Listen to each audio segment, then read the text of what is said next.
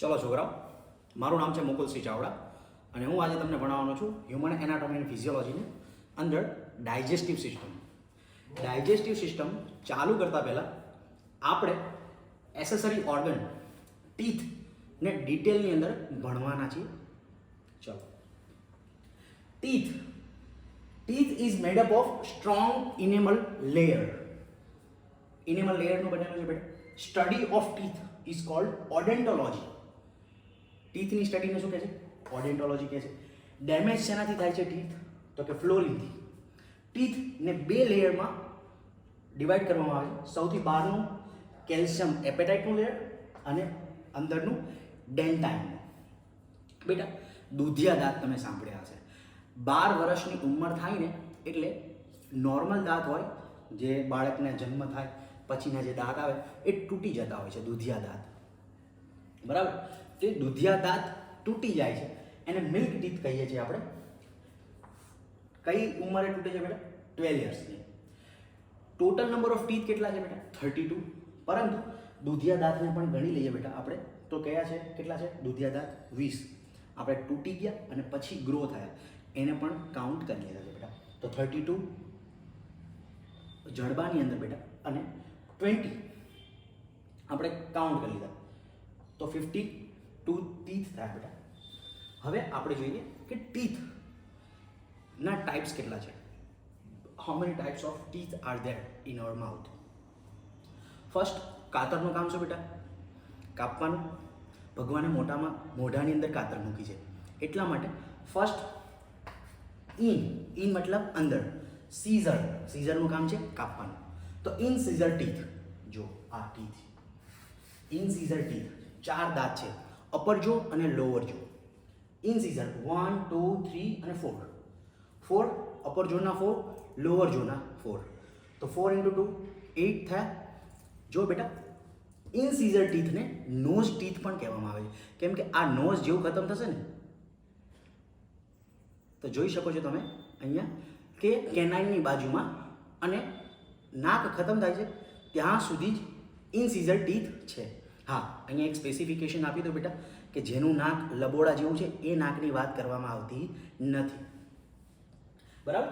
એના પછી છે કેનાઇન. જે આ દાંત દેખાય છે તમને, નુકીલા દાંત. બરાબર?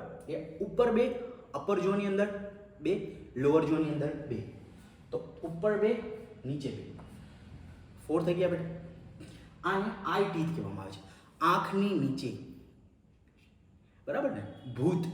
ભૂતની અંદર નથી હોતા, ડાકણની અંદર હોય છે. બરાબર? ચૂડેલની અંદર તમે દાંત આ જોઈ શકો છો. કયા? Canine. Okay, you can imagine in white sari. Okay, next છે આ કેનાઇન થઈ ગયા બેટા. આ ઇનસીઝર 4 કેનાઇન અને પછી છે બેટા પ્રીમોલર. બરાબર? Premolar left hand side 2, right hand side 2, 4 થઈ ગયા. અપર જોની અંદર 4, લોઅર જોની અંદર 4. તો 4 × 2 કેટલા થયા બેટા? 8. તો પ્રીમોલર ખબર પડી ગઈ. પ્રીમોલરની અંદર આ શું છે? ચીક. તમારા ડિમ્પલ પડે ને એ ડિમ્પલની પાસે પ્રીમોલર ટીથ હોય છે. બરાબર? તો આ પ્રીમોલર ટીથ નાના બાળકની અંદર હોતા નથી. એટલા માટે બાળકનો જન્મ થાય ને ત્યારે ઇનસીઝર ટીથ, કેનાઇન ટીથ મે બી ઉગશે પણ પ્રીમોલર ટીથ હશે નહીં. એટલા માટે એ બાળક ક્યુટ લાગે એટલે તમે એને રમાડજો. અલું લલું મારું ચોકલું કેવું લાગે છે? એકદમ કૃષ્ણ લાગે છે. Molar teeth. મોલાર ટીથ સૌથી લાસ્ટમાં છે બેટા. 3 ટાઈપના મોલાર ટીથ છે. First, second and third. બરાબર? તો એની અંદર આફ્ટર ટીન એજ થર્ડ મોલાર ટીથ આવે છે. મે બી નથી હોતો પણ મોલાર ટીથ ફર્સ્ટ અને સેકન્ડ. ટીનેજરની અંદર થર્ડ ટીન એજ ખતમ થાય ને પછી થર્ડ મોલાર ટીથ આવે છે. બરાબર? તો અહીંયા પછી આ વાત થઈ ટાઈપ્સ ઓફ ટીથની. આના બેઝિસ ઉપર બેટા આપણે ભણવાનું છે dentine formula for adult and for kids. Okay, તો આપણે અપર જો લીધું. અપર જોની અંદર 2 પાર્ટ્સ પાડી દઈએ બેટા. Right hand side, left hand side. બરાબર. તો ICPRM ઇન્સિઝરને નોઝ ટીથ કહેવાય છે, કેનાઇનને આઈ ટીથ કહેવાય છે, પ્રીમોલરને ચીક ટીથ કહેવાય છે, મોલાર ટીથ એને વિઝડમ ટીથ કહેવાય છે. આફ્ટર ટીન એજ મેચ્યોરિટી આવે છે આવું કહેવાય છે, પરંતુ molar teeth third molar teeth absent હોય છે. ઓકે, આફ્ટર ટીન એજ મે બી આવી શકે. અહીંયા જોઈએ આપણે ડેન્ટાઇન ફોર્મ્યુલા બેટા. ICPRM અપર જોની અંદર આપણે ખાલી વન સાઈડના જ તે કાઉન્ટ કરવાના છે બેટા. આઈ કેટલા છે આ બાજુ 1 2 1 2, ઇન્સિઝર કેટલા થઈ ગયા બેટા 2, કેનાઇન 1 થઈ ગયા 1 બેટા.